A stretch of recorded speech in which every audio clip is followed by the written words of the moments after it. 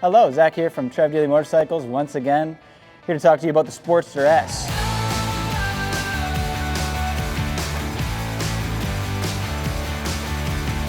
Now this is one of the 3 bikes that were manufactured by Harley in 2021 with the Revolution Max engine in it. This is the Nightster S's big brother, the Sportster S, and I guess you could consider it the little brother of the Pan America. This has the 1250 version of the Revolution Max engine in it, much like the Pan Am, but it's slightly detuned, makes 125 horsepower. This bike is a little weird looking, you could probably admit, but this bike is awesome. I spent 2 full weekends with this bike, and I was genuinely surprised about how much I liked it, because I quite thought the opposite. This bike has a bit of a weird ergonomic design in that you have your feet kind of forward, and your feet and your hands forward. Let me just jump on it and show you what the ergonomics are like. Kind of forward facing, bent over a little bit, legs are forward, whereas the Nightster, your feet are back here, and you're kind of more like this. It's a little more aggressive, but that makes sense because this bike is a little bit more aggressive, a little bit quicker, if you will. This bike, I talk about how fast this bike is, but this bike is actually pretty insane in how fast it is. It makes 125 horsepower, which is, you know, for a leader bike, for a 1,000 plus cc bike, you would expect something along the lines of that. But it being a V-twin, a 60-degree V-twin at that, this bike rips from any amount of RPM, especially in the high RPM. This thing eats so many motorcycles on the market. And looking at it, you wouldn't expect to have all that power out of this small little chassis, this café racer style chassis, but you need to come down and ride one of these because you would be super surprised in how quick this bike is. With the wide tires and the super V shape of the tires, it does tend to fall into the corners a little bit, which you do get used to. It has quite a bit of lean angle for a Harley-Davidson compared to a lot of the other models like the Softail Slims and that, where you're scraping floorboards all over the place. But I wouldn't say it has as much maneuverability as the Nightster, but you have way more horsepower, probably about 35 more horsepower at that. The Nightster comes with about 90 horsepower, this comes with about 125. That's the 1250 displacement versus the 975 cc displacement. This bike's just got, it very much has a cafe racer style look to it. It's got that naked look in the front, a big LED headlight to illuminate the road, LED turn signals on the sides. It has fully adjustable forks in the front. You get rebound, compression, etc. in the front. On the rear side, you have a little bit of a plate holder, brake light type tire hugger style. This does block a lot of the rain.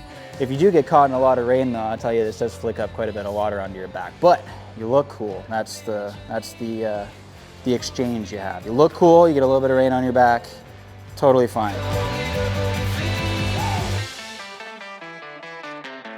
And it looks awesome. This bike is a very stunning looking bike. You ride this thing around and a lot of people will look your way, especially when you throw an exhaust on it. It's, again, one of the things that EPA, emissions, all that stuff, they want to make it very quiet from stock, but you slap a pipe on this thing and it's aggressive. Roars. Awesome. This bike does sound like a sewing machine also, but when you get it high in the RPMs, it sounds phenomenal, and much like the Nightster video, which you will see, this bike does sound really good with an aftermarket exhaust on it. So in this bike, you have a little bit of a bigger tank. It has a 1 liter more tank, so just shy of 13 liters, but again, has pretty good fuel mileage. From my personal experience, you get about 200-ish kilometers out of a tank. Mind you, it only takes maybe 20 bucks to fill it because the tank is so small. Depending on how you ride, if you're riding aggressively, you'll get close to that 200 mark, and I'm sure you can get far more than that if you were to baby it a little bit more. But I'll tell you one thing, this bike is very difficult to ride slow. It is easy to ride slow, it's smooth as butter, shifting through the gears in low RPMs, but this thing wants to be in high RPMs. At 9,000 RPM ride line, It's where you want to be for the power band. Top of the Brembo Radial Master Cylinder, you do get fully adjustable levers on both sides. So if you got small little fingers, unlike my spider fingers, you can adjust your levers, you push them forward, you can adjust this, and you can see it's a lot closer versus a lot further away, which is awesome. If you've got little fingers, and you can reach it a lot better. And that is the travel of the brake. It comes on real smooth, and you don't need to squeeze it all too hard to get the brake to come on. Same goes for the clutch side. Again, you push it forward a little bit. This is as far away as it goes. Push it forward, adjust the dial all the way to 5.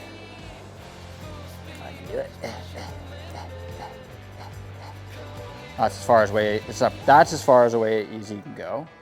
And if you push it forward and go all the way to 1, you get it even closer, which is awesome.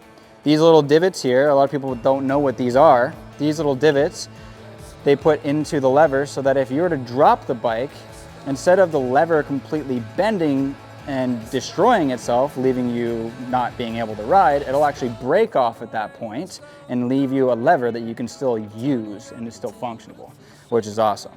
It's a feature that not every bike has, but a really nice feature at that. I actually tested this bike on many different occasions, and we'll throw a clip in if I have one, because I filmed for the whole weekend on this bike, of going like full tilt at a stop sign and stopping to see how fast I could stop. And this bike stops so quickly.